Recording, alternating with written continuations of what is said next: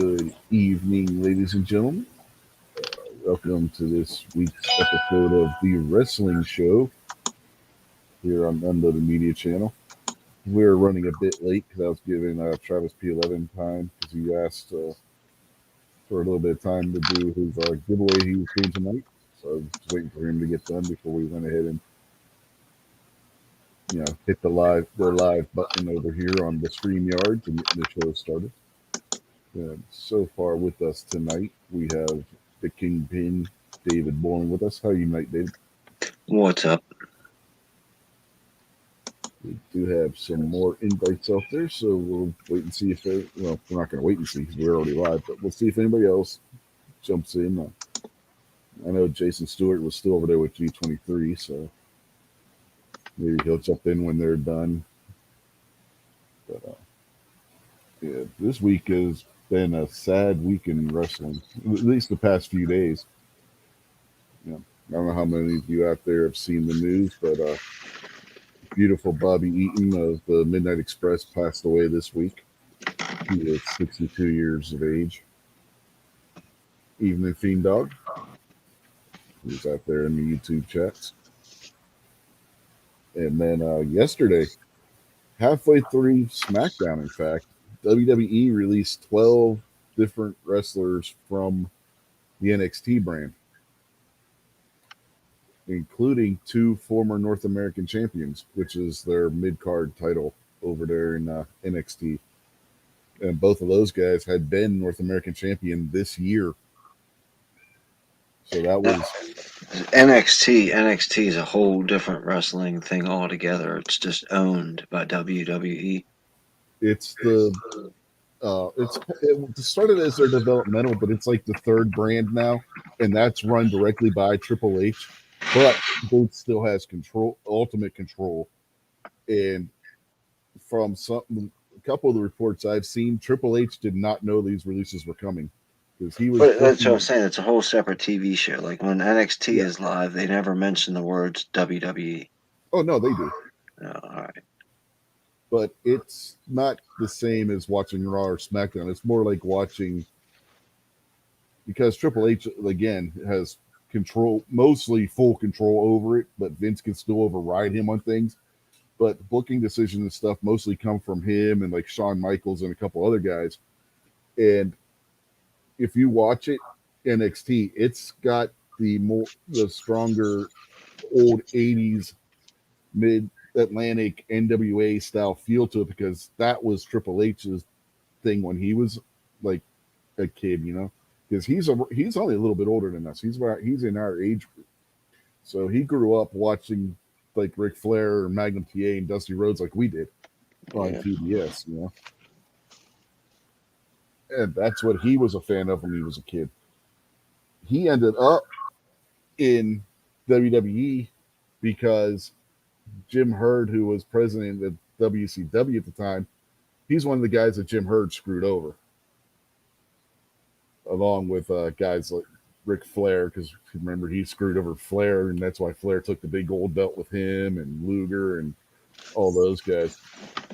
And then when Jim Herd was forced out and Eric Bischoff took over, by that point Triple H was getting the big push from McMahon, so he didn't jump ship with Hall and Nash when they jumped over.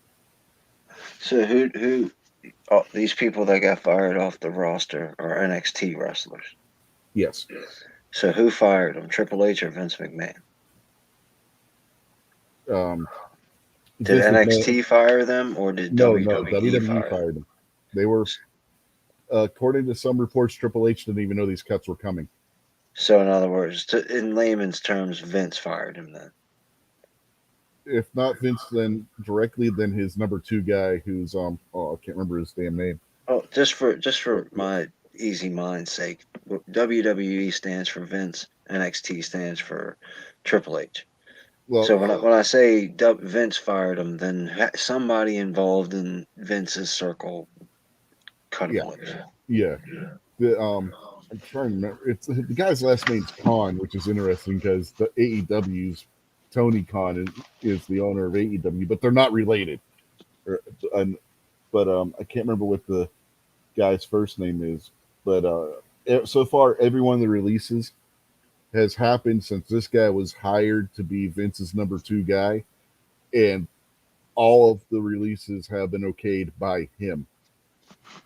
So who are the what was it, the Bobs from Office Space? The dudes that were hired to come and fire everybody. Yeah, that's a common corporate thing. Yeah, which this has only thrown more fuel on the fire. Is Vince wanting to sell? Because I mean, it just has that view, where they're just cutting people to, make the company more streamlined, like a corporation would do if they're preparing to sell. Well, also, see, I was thinking about this week because listening to the radio. I listen to regular talk radio, but they kick in with news all the time. And being the station that I listen to, they do a lot of Washington Nationals and Redskins information because it's a DC station. Mm-hmm. The Nationals pretty much just got rid of half their team. So that kind of stuff happens. It doesn't mean the Nationals are going to sell. It doesn't mean the Nationals are going to quit playing a baseball team. It's just they won the championship 2 years ago, and now they're going to rebuild the team. So they got to get rid of a bunch of the older, expensive guys and start over. And that might be what the WWE is doing, as opposed to cutting the fat in order to sell. They might be cutting the fat and going to bring in some new talent and try to rebuild.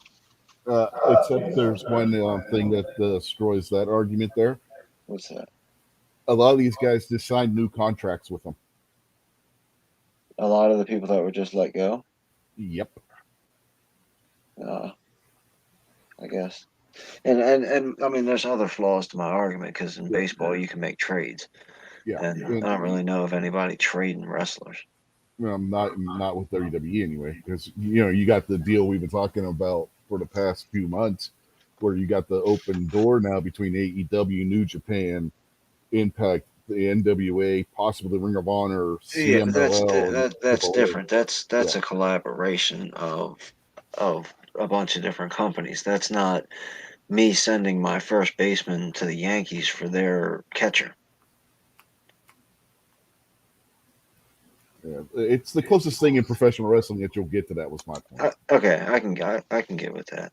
That sounds pretty legit. Yeah, so, but yeah, these guys. And another problem with that is NXT is still considered to be a developmental for the main roster, even though they've been registered as their own third brand now. But it's all under the WWE umbrella still, and these are all the young guys. So even then, if you're going to release somebody for, like you said, to rebuild, you're not going to release the young guys. The up and coming guys, they're not the ones that you're going to release. You're going to release, like you said, the old farts. Which, by the way, one of the people that was released this week, Ric Flair, was released by WWE from his Legends contract. Yeah, that's a hefty contract, I'm sure, for somebody who is no longer valuable in any way. Well, no, they were going to use him as a manager for the one women's wrestler in a feud against his daughter, but the woman that they were setting him up to be the manager of had to walk away because she got pregnant. That's a conspiracy. Ric Flair got her pregnant, so he didn't have to go against dude. That when it first was released that she was pregnant, they were still having Ric Flair versus Charlotte Flair, and the storyline that they were originally going to go with was the fact that Ric Flair got the woman pregnant. Wow. I kid you not, that was going to be the story. Yeah. That got dropped after a couple of weeks. That should have got dropped before it was ever picked up. Yeah, no kidding. This 700-year-old geriatric dude just got this wrestler pregnant. Uh-huh. Hey man, don't. It's not outside the realm of possibility. I mean, Strom Thurmond, former Senator Strom Thurmond, he was in his 80s or 90s, and he had a 10-year-old kid. Viagra does crazy things, man. Yeah. Remember, women lose sterility when they get older. Men don't. Right.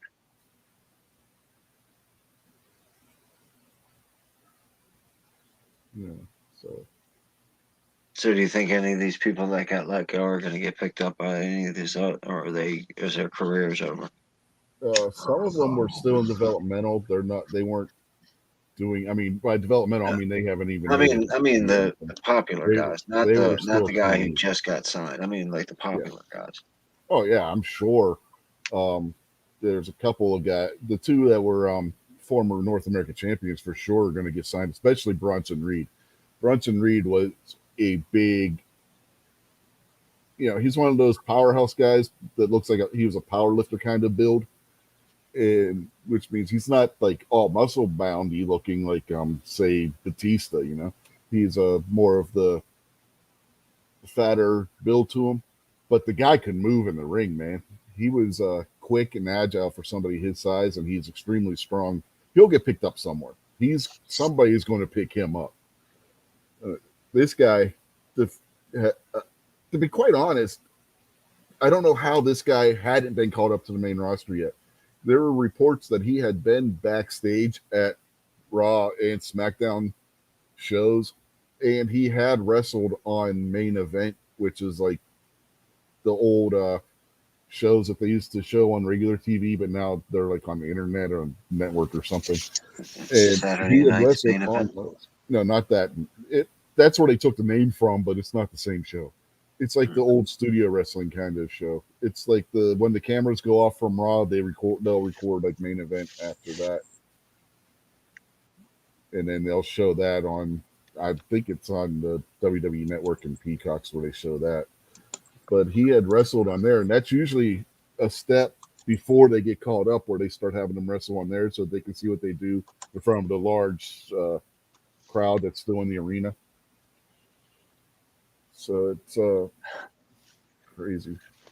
I haven't seen that commercial, Fiend Dog, but I did see him. What was it for? Equifax or one of those TurboTax or it was some type of commercial like that. I seen Ric Flair doing.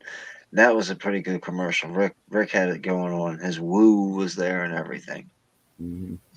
Yeah, I've seen the commercial.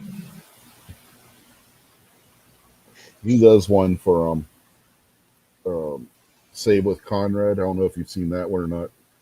It's Conrad Thompson's one of the guys that does all these wrestling podcasts with like Arn Anderson and some other guy, or Jim Ross, who does he puts out Jim Ross's podcast.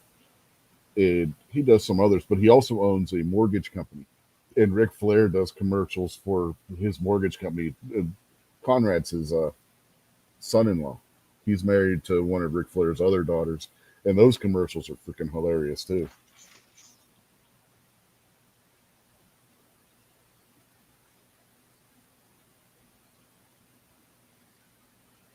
I don't think they ever actually fired him. I think they just moved him from being an actual wrestler to being a play-by-play guy, which is dumb because he wasn't bad at being a wrestler.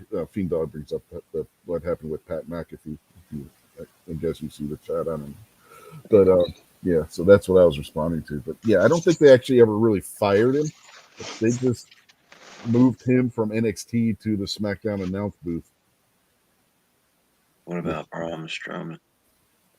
Strowman is still under a 90-day compete clause, so it's still up in the air what's going on with him. But he did sign a contract to do a show for a foreign wrestling promotion next year. Wait a minute. How do you fire me and still hold me to a non-compete? Because it's in their contracts. What idiot signed that contract? He's still getting paid. When they're under the non-compete clause, they still get paid. Oh, all right, okay. So he's getting basically like a pension from WWE. Yeah, severance package basically. Okay, that makes sense. Okay. Yeah. I'm sitting here thinking, wait a minute, you fired me and I can't go get a job somewhere else? Yeah. How's that?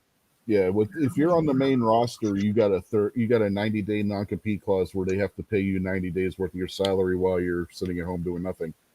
And in NXT, it's only a 30-day.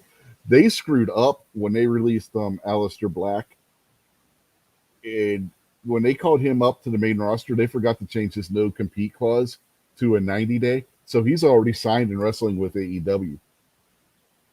He was still operating under NXT's 30-day no-compete clause. What's up with what's a Bray Wyatt? Bray Wyatt. Bray Wyatt is Mike Rotunda's son. Remember WrestleMania, the guy that Randy Orton fought at WrestleMania that was wearing like that demon mask? No. Okay. I said, what was it, Mike Rotunda? Yeah, remember Mike Rotunda? Yeah, he used to go by IRS and some other stuff. Yeah, I remember that guy's name. Yeah. Yeah, that's his son. Bray Wyatt's his son. His real name is Wyndham Rotunda. So Bray Wyatt was his wrestler name? Yeah. And he wore a mask? Yeah, he was the Fiend. Yeah, I don't know that guy. Yeah, he just wrestled Randy Orton at WrestleMania this year. I've never seen a Randy Orton match. The only reason I know he's a wrestler. Yeah, you did. Because we watched WrestleMania this year. Was he on there? Yeah. Well, I guess I've seen one Randy Orton match. Yeah, him and the Fiend just wrestled at WrestleMania this year. Him and Bray Wyatt. I guess I've seen them both wrestle. Yeah. All right, pretty cool. I remember Randy Orton's like a real big dude. Yeah, that was the match where the chick was sitting on top of what looked like a big wooden box, and she had the black like blood shit coming down off her head. If you remember. And that distracted the Fiend, and Randy hit him with an RKO for the win. I don't remember. Yeah. I wouldn't have remembered it either if I hadn't just watched the story about it. Because that was one of those things. That wasn't one of the most memorable things about WrestleMania this year, to put it mildly. It was kind of stupid.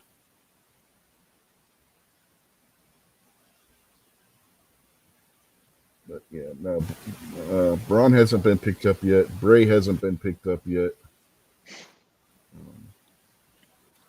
Flair hasn't been picked up yet. People are saying, watch, they're going to go and AEW is going to sign Ric Flair, and then they're going to have a geriatric reunion of the Four Horsemen. They've already got Tully Blanchard under contract. They've got Arn Anderson under contract, and they got J.J. Dillon under contract. Just sign Ric Flair, and then you can put him with Sting, and they can have the Four Horsemen again. Or Dean Malenko, because they got Dean Malenko under contract, too. Yeah, but Sting wasn't a Four Horseman.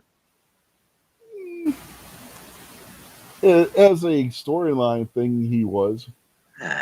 Come on. Four wheelchairman, that's fine. Nah, Sting, no, come on. He was. You got Arn, you got Ole, you got JJ. I'll give you JJ Dillon. I'll give you Ric Flair. Who was that other guy?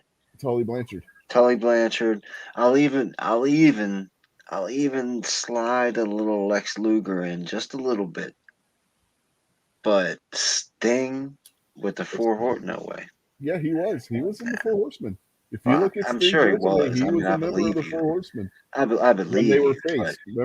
When they were face, and they were feuding against I want to say it was Kevin Sullivan's guys.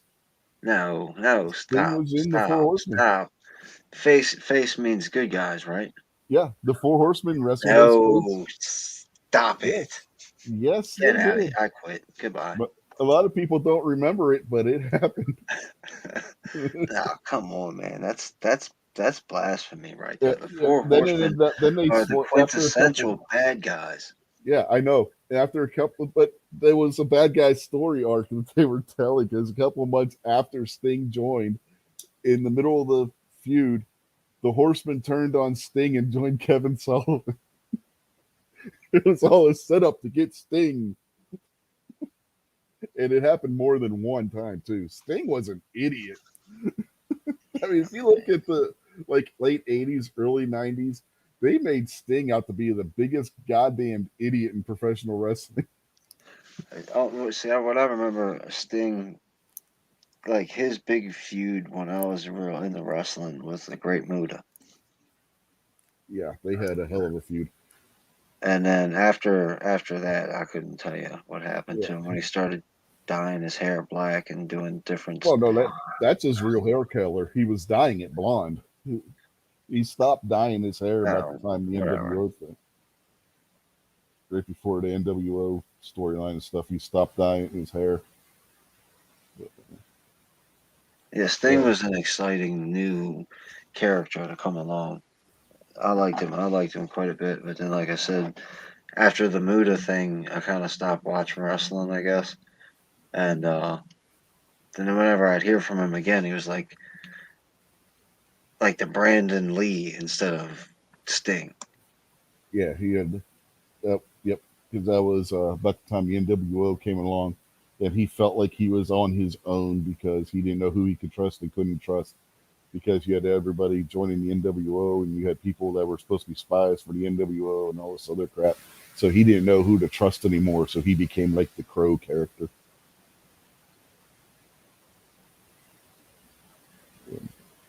But yeah, if you go back to there were many times where he was supposed to have trusted Ric Flair and Flair would turn on him and shit. It happened quite a few times. They really painted him as an idiot. I can't believe that you just told me that the Four Horsemen were good guys. Yeah, they were for a little while. Gee. That's terrible. Somebody should have to pay for that. Well, if you paid attention, whenever they would go wherever they were in Charlotte, the Four Horsemen were the good guys. The people in Charlotte, you could not tell them that the Four Horsemen were the bad guys. They would cheer them and boo the baby faces in Charlotte. That's different. Like I used to cheer for Cobra Commander. You know, I mean, I get that. Every once in a while, you want the Decepticons to punch that little stupid Bumblebee in the face or turn into a gun and blast somebody. But, oh man, the Four Horsemen, good guys? That's. Yeah, yeah, that happened. Shame.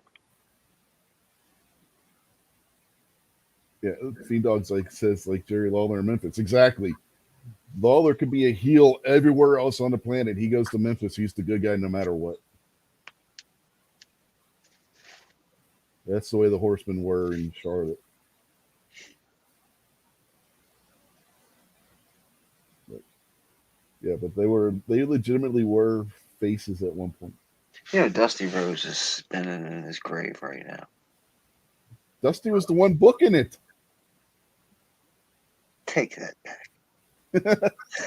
I would if I could.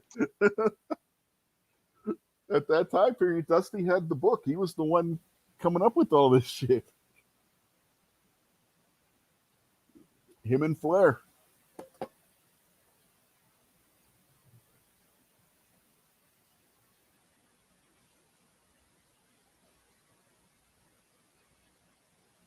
This probably would have been during or right after the Muta feud, not even. What was it? Yeah, that could have been right after or during the Muta feud still. Because Muta was one of Kevin Sullivan's guys.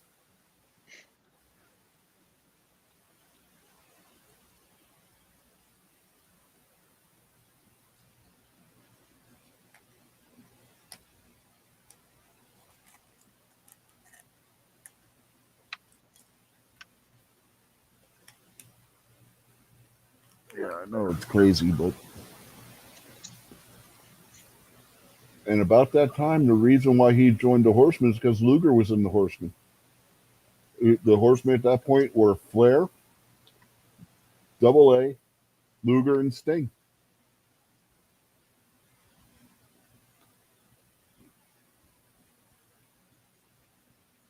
I don't remember that.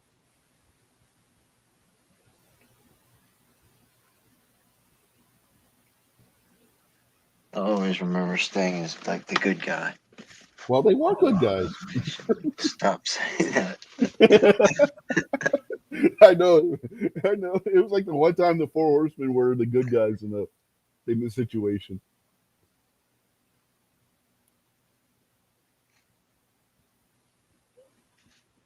I know it's weird just saying it, but it's, yeah, that was the thing.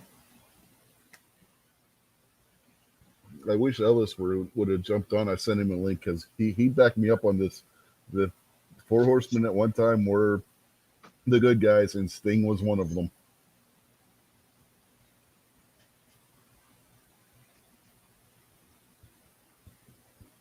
Which now that I think about it, the whole thing where they kept painting Sting as an idiot even carried on beyond that because he went and joined the Wolf Pack and in the NWO Wolf Pack, and that ended up just being a swerve at the end too. That was a swerve to get Goldberg. Oh man, Sting really was an idiot. He kept joining with the bad guys and jumping in and joining them when they're trying to swerve people, not because he never learned his lesson. Sting was just too damn trusting. I guess that's what made him the ultimate babyface for WCW was the fact that he kept trusting everybody and they kept swerving him, and he was so stupid that he never and trusting that he would just go ahead and take people at their word anyway. Whatever happened with Captain Lou Albano? He died. Well, I know that, but I'm talking about like, did he become a manager or did he become like an internet guy, or He when was a his manager. wrestling was over, he just went home and did his thing? He was a manager. I'm talking. That's what I mean. Like after the whole Samoan SWAT team in his heyday, when he was, super popular. Like, did he go on to when he stopped managing wrestlers? Did he just quit and go home, or did he become a, you know, ringside guy, or whatever happened? He became Super Mario.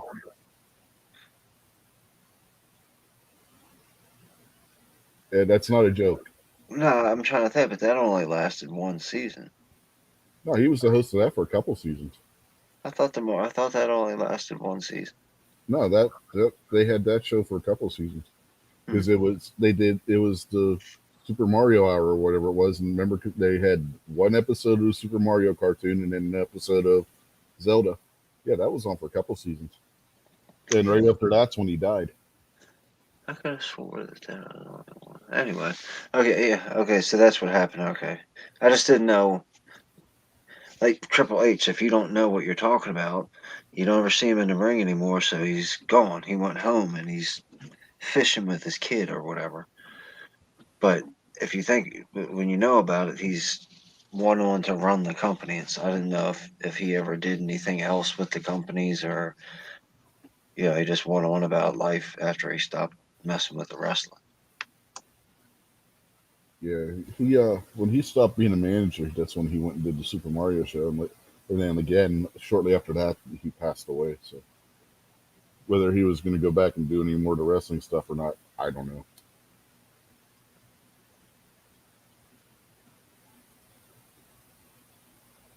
It's just a good thing when he played Mario that he stopped wearing rubber bands. That would have been weird. Yeah. I just can't see Mario with the rubber band sticking out of his cheek. What the hell was the deal with the rubber bands? I don't know. It didn't ever make any sense. And how did he stick them to his face?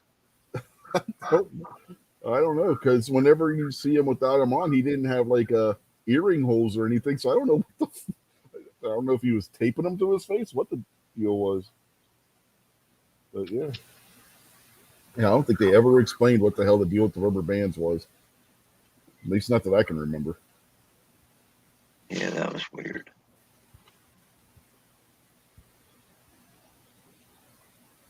And it was when he was managing the Wild Samoans, I think, is when he started doing it. I don't remember seeing him when he was a wrestler having them in his face on his face either. Yeah, no.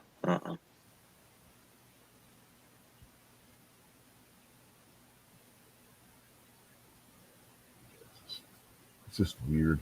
I mean, it's not even a Samoan thing, and he wasn't Samoan. So even then, that one.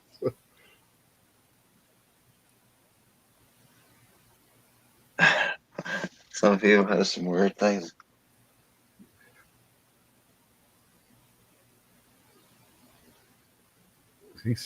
Fiend Dog says rubber bands were to fight MS. Taped to his face? And was that a thing back then?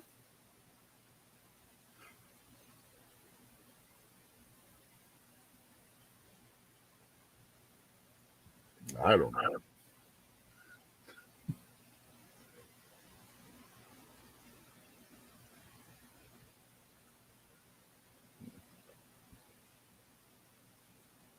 You guess it goes mine on that one.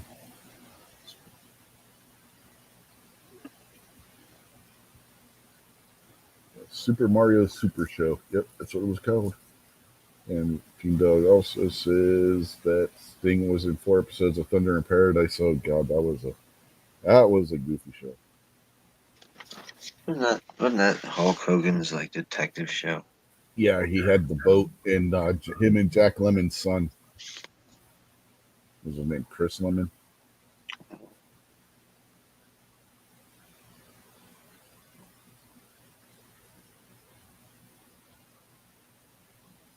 Yeah, that show wasn't very good. No. It was like they're trying to do Knight Rider or Airwolf with a boat. And Hogan wasn't the best screen actor to begin with. No. And then nobody's going to say that Hogan's movies are classics. Let's just put it that way. No.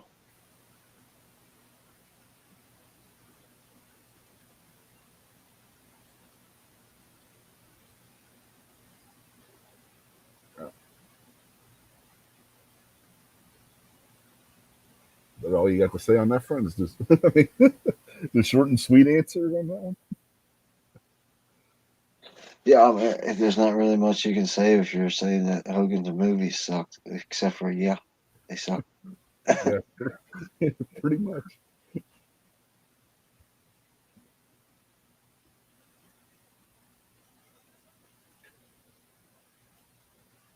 Is that Batista guy? I mean, you watch that kind of stuff. Is Batista any good in the? Is it the Guardians of the Galaxy? Oh yeah, he's good in Guardians of the Galaxy. Playing Drax the Destroyer.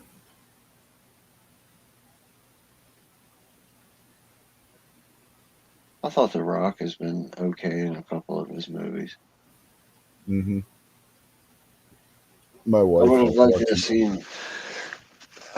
to have seen him less CGI in the Scorpion King stuff. Yeah, that was kind of bad. Ugh. Well, especially the first one when they introduced him at the end of what Yeah, was it, that's what I'm Mummy talking 2? about. The end of the Mummy 2. Yeah, that was It was god just awful. yeah. Yeah, Scorpion King, the first one wasn't bad. I mean, if you just want an action movie to watch and kill time and be entertained, it'll do the job. Is it an Oscar-worthy movie? Hell no. Of course, it's not political either. So on today's scale of what's Oscar-worthy, but back then, when they actually gave good movies the Academy Award and not some political hit piece. What was the movie Rowdy Piper was in where he put the glasses on? They Live. Like he could see what was really going on when he had glasses on. They Live. That Yeah, was the movie. Yeah. He wasn't. That wasn't bad. No, it's a good sci-fi action movie. And Fiend Dog said Ventura has good movies. The only 2 movies of his that I have seen are Predator and The Running Man. So other than that, I'll take your word for it. I thought he did a good job in Predator. Running Man was kind of corny. Like the whole It movie. was supposed to be. Predator was decent. He did a good job. Yeah. Well, remember in Running Man, a lot of the parts that were played by him were actually supposed to be computer generated because he refused to do what Richard Dawson's character wanted him to do. So that's why it comes across his parts in the movie come across as corny because they're taking him and taking scenes from other things that he had done and putting them in there like he's in there fighting Schwarzenegger. Well, yeah, I mean, I just didn't like the movie in general. I thought the whole movie was kind of stupid. Who else wrestles that makes movies? Cena. Only movie I've ever seen John Cena in was the Marky Mark and Will Ferrell movie about stepdads or stepbrothers or something Yeah, like that. stepdads. And Stepdad or daddy's home or something like that. yeah, John Cena was in like the last 30 seconds of it. Mm-hmm. Yeah, I've seen Cena in a couple things. He's not a terrible actor. You know, on the TV series Psych, he was good on that. I don't think I saw any of that. Oh, that's a good show. If you can find it, watch Yeah, it. I know what the show is, but I never watched it. Oh, that was good. My kids used to love watching that show. Um,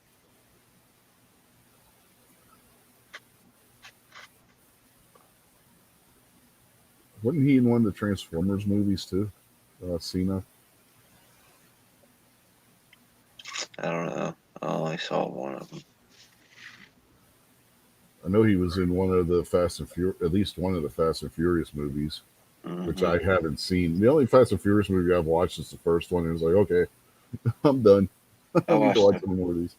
I watched the first two.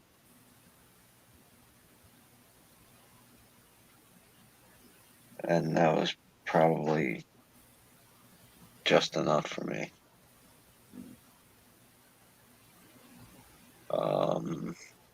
Yeah, he was in that movie with what's her face, Amy Schumer, and yeah, everybody that I know that saw it said the only funny parts of that movie were the parts that Cena was in. Amy Schumer is a horribly disgusting example of a human being. Mm-hmm. Oh yeah, no kidding. Yeah, Suicide Squad is the new one, the new Suicide Squad movie. He's in that, and people that have seen sneak peeks and whatnot of that said that was pretty good. I think he's the main character in that movie, in that version of the Suicide Squad. E-Dog says he's also in Trainwreck, which I don't think I've heard of. So can't comment on that one. No idea what that is. So.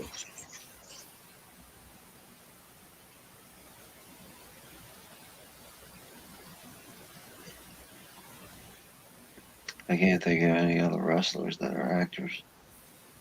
Well, technically they all are. Well, I mean, like The Miz has screen been. actors. The Miz has. He's been in a few of the Marine movies. That the first Marine movie was Cena, then the Miz has done some of them. And I think I might have seen that.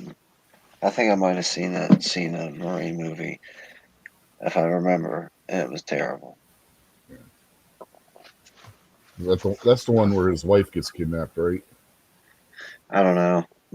I've watched so many movies and a bunch of military movies. My parents watch all that kind of crap.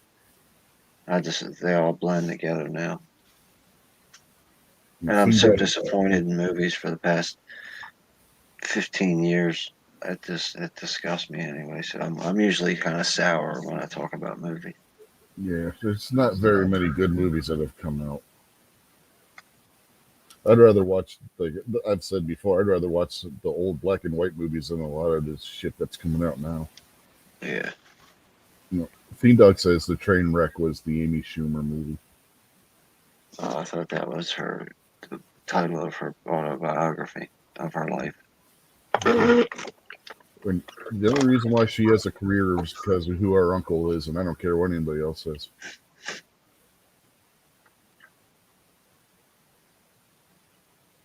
You know who her uncle is, right? Yeah, another disgusting example. Mm-hmm.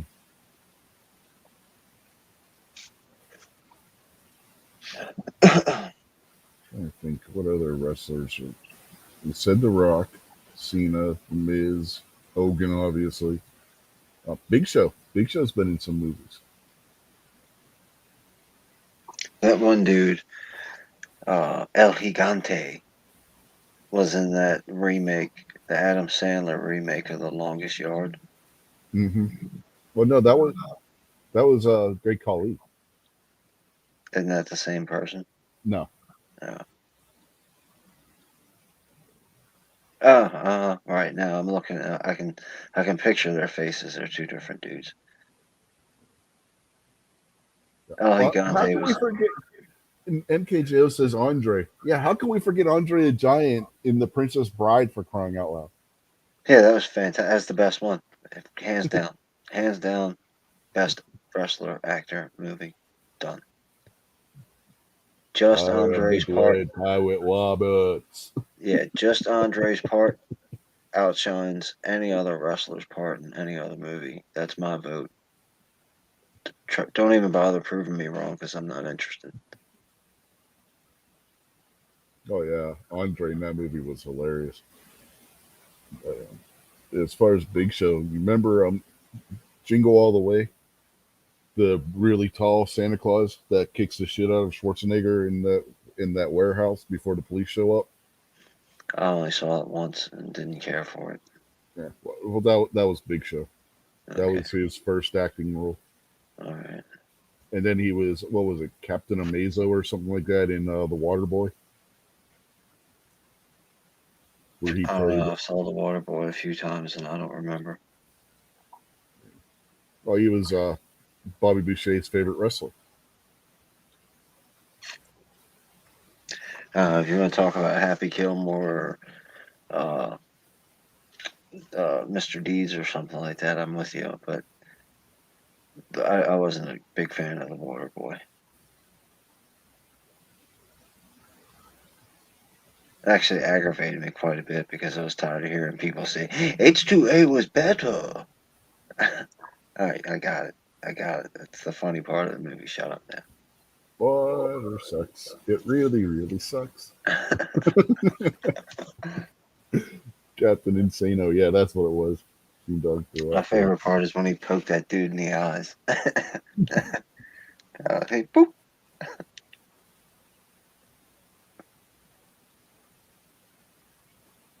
Water doesn't suck. Stop talking about it about my mama. Okay, man, I won't talk about your mama no more. When he's beating up the quarterback. I love you, mama. I love you too. Oh my god. Yeah, that movie was funny. It was definitely not my favorite Sandler movie, but it was pretty funny.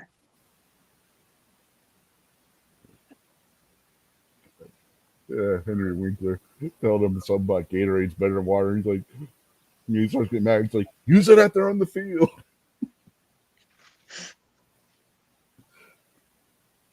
He starts picturing the quarterback on their team's face on everybody else. Water sucks. It really. There were some funny movies and parts in that movie.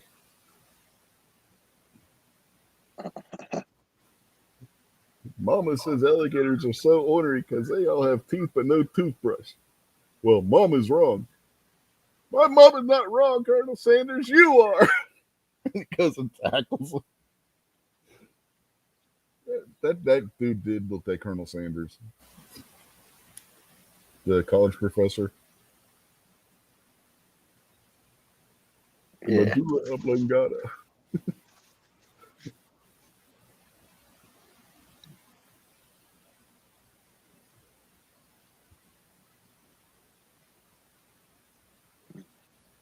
Yeah, I can't think of any more wrestler actors now. I'm sure there are. We just Randy Savage, man. He was in that one Spider-Man movie. Yeah, but he didn't really act. He just wrestled. Well, no, he played himself. What was his character? Chainsaw or some shit like that? Yeah, like Chainsaw Massacre or something like that. Buzzsaw or something. Yeah. And he was on Dexter's Laboratory. He did voice acting on Dexter's Laboratory. He was Wrestler.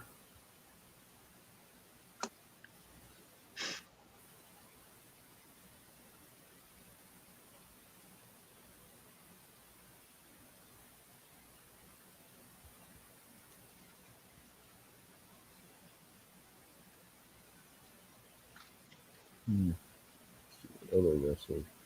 Trying to think, man. Professor Tanaka was on. He was in Running Man too. He was the Japanese guy in the hockey get up. Fiend Dog. Fiend Dog says Kevin Nash. He was in Magic Mike. Kevin Nash was also Super Shredder in Teenage Mutant Ninja Turtles too. The Secret of the Ooze.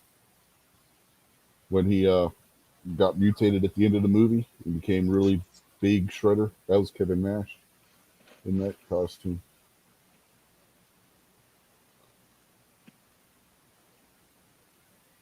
It's a good thing I'm not big like that.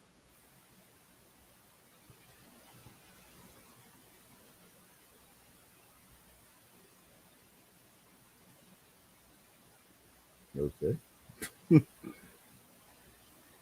I know. I'd be absolutely impossible to deal with if I was 6 foot. Like, if I was my weight right now, but instead of weighing 150 pounds, I weigh 250 pounds.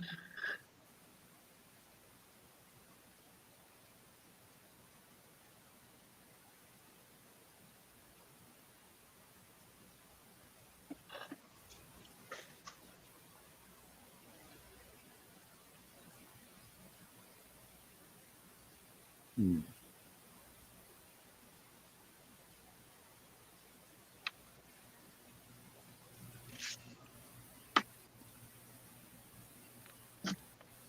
Yeah, I'm trying to think.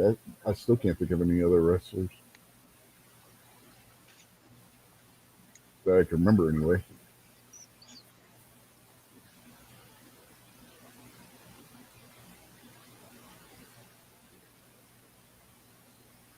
Oh yeah, Triple H was in the One Blade movie. Yeah. Yeah. He had the vampire dog. Oh yeah, Ready to Rumble. That had a bunch of wrestlers in it, but then again, that was put out by WCW, and it was a wrestling movie, so I don't know. Does that count? Because that had DDP in it, that had Sting in it, that had a bunch of WCW wrestlers. Yeah, Goldberg was in it. Um, Goldberg's done movies. Goldberg was in. He played a killer Santa Claus in a horror movie. Who? Goldberg. I don't think I remember that. It wasn't a big hit. I don't even remember what the name of it was. I just remember he played a killer Santa Claus that went around killing sorority girls. Because if you're going to dress up as a killer Santa Claus, who are you going to kill? Yeah, it makes sense. Now, definitely check out.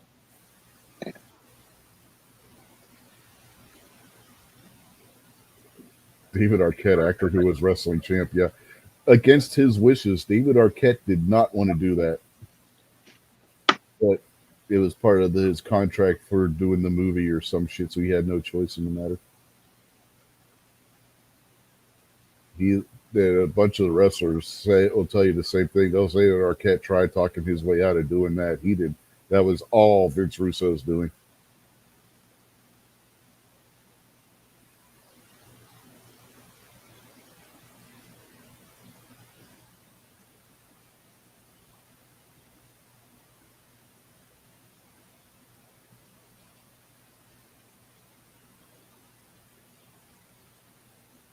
What happened with that dude? With what dude? Didn't he? When they made David Arquette join the wrestling thing, didn't he get beat up or something?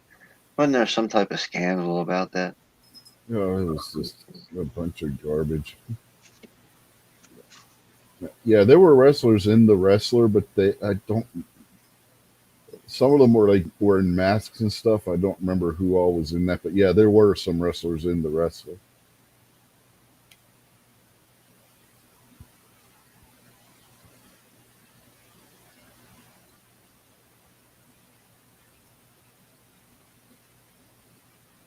And people are like, Mickey Rourke wouldn't be able to do any of the stuff he was doing in that movie. They forget Mickey Rourke was a trained professional boxer at one time. The guy has kept himself in shape. They suck.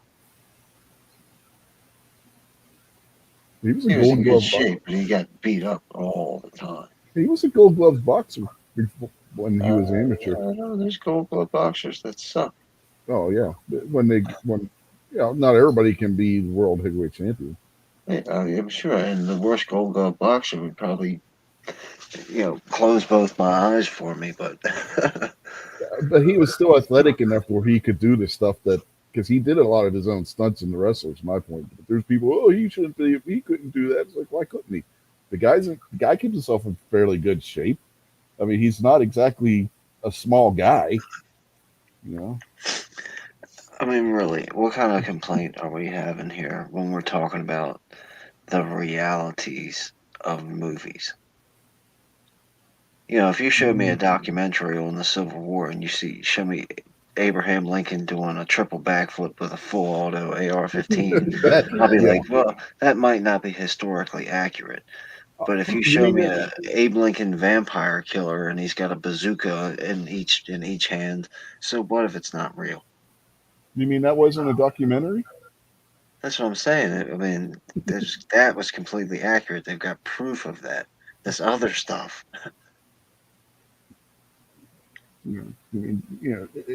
Don't tell me Abe Lincoln wasn't chasing vampires throwing axes at him. Come on, man. I mean, I like picking movies apart too. I just don't go nuts over it, man. Yeah, but people are actually like, Mickey Rourke couldn't do his own stunts in that movie. He's like, dude, he did his own stunts in the movie. Who cares? Who cares if he did it? That's what stuntmen are for. That's what editing is for. It's a movie. Yeah, no kidding. It's not like he would be the first actor to do his own stunts either, for that matter. I really thought it was kind of crappy that Mark Hamill didn't really use the Force to move stuff around. Uh-huh. They should have just cut that whole part out of the movie if they were going to fake it.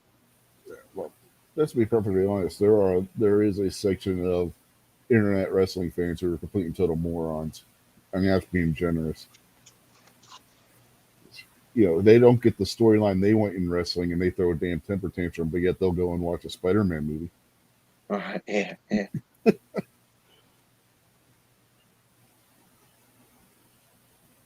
I got bit by a spider when I was a kid. I didn't get any special powers out of it except for extreme pain.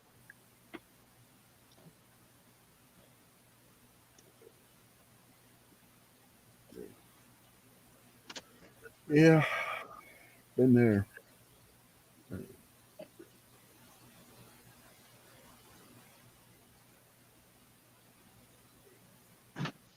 Yeah, I mean, that's it. That's what I mean. If I'm, I don't know who makes movies.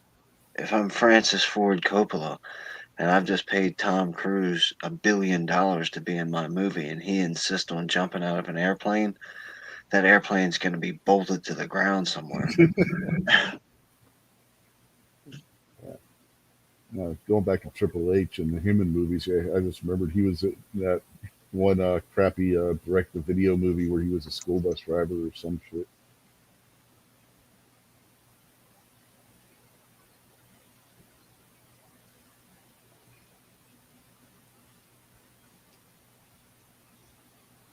Could you imagine standing at the school bus and the door opens up and Triple H is your school bus driver?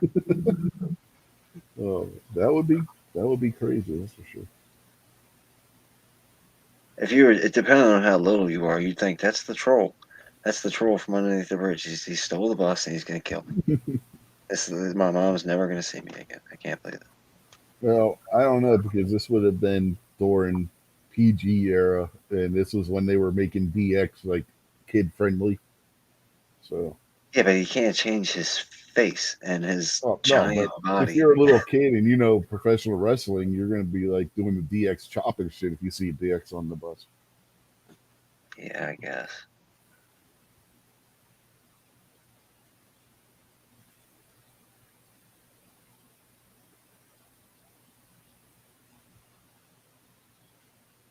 I had some pretty insane bus drivers when I was a kid. I'm surprised we're alive.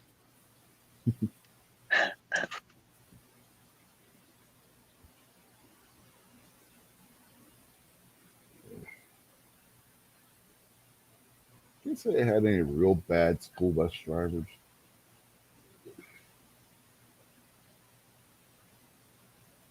The ones we had were pretty cool, and they weren't bad drivers.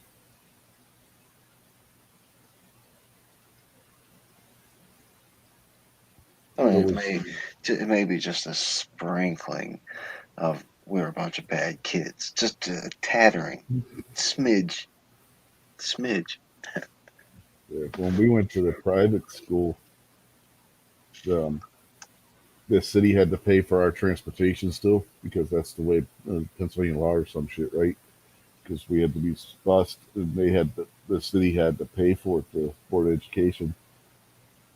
So we got a cab every morning to school and home from school. And the 1 year that we were going, the cab driver in the morning would take us to freaking Dunkin' Donuts every freaking morning. And then the cab driver on the way home, every Friday he was taking us to like McDonald's or Burger King or something. So nice.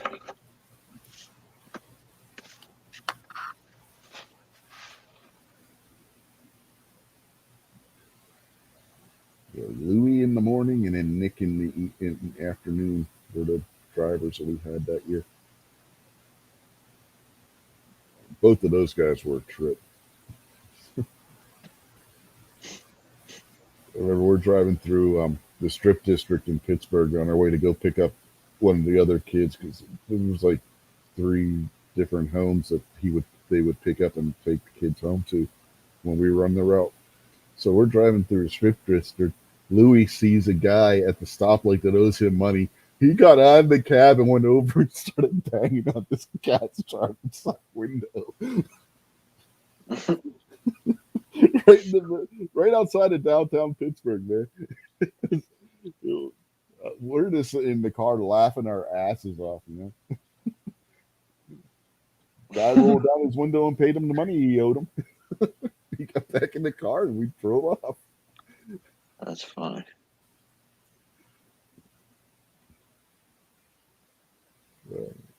When I say they were a trip, man, they were a trip. That was a fun year to be riding to that school. Just to be in the cab on the way there and on the way home again. I think that was the best year of riding up to that school was when we had those two as our cab driver.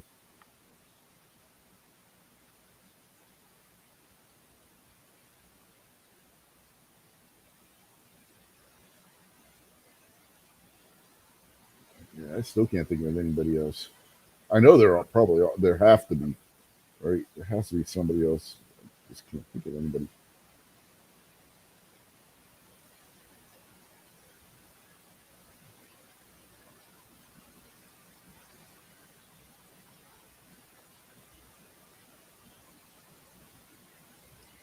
Terry Funk. Terry Funk's been in movies. Yeah, Terry Funk was pretty good in Roadhouse. Yeah.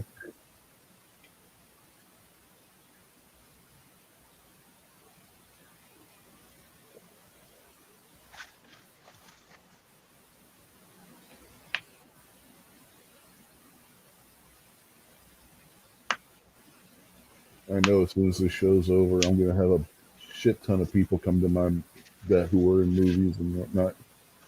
They'd be like, "Damn it, I forgot about that guy. Damn it, I forgot about that guy." You'll get some practice here soon because I'm just about ready for bed. Yeah, we've been going for about an hour, so we can wrap it up.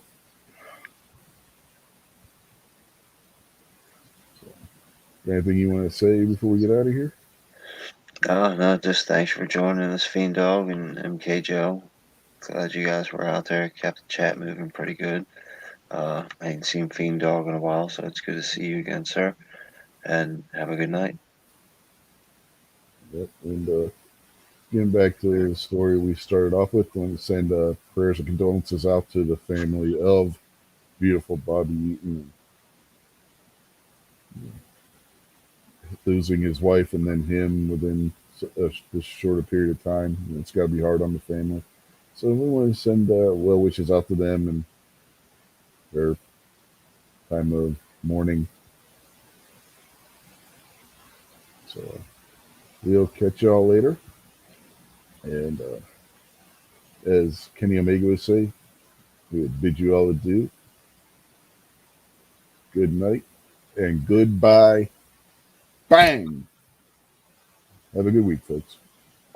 We'll see you tomorrow night.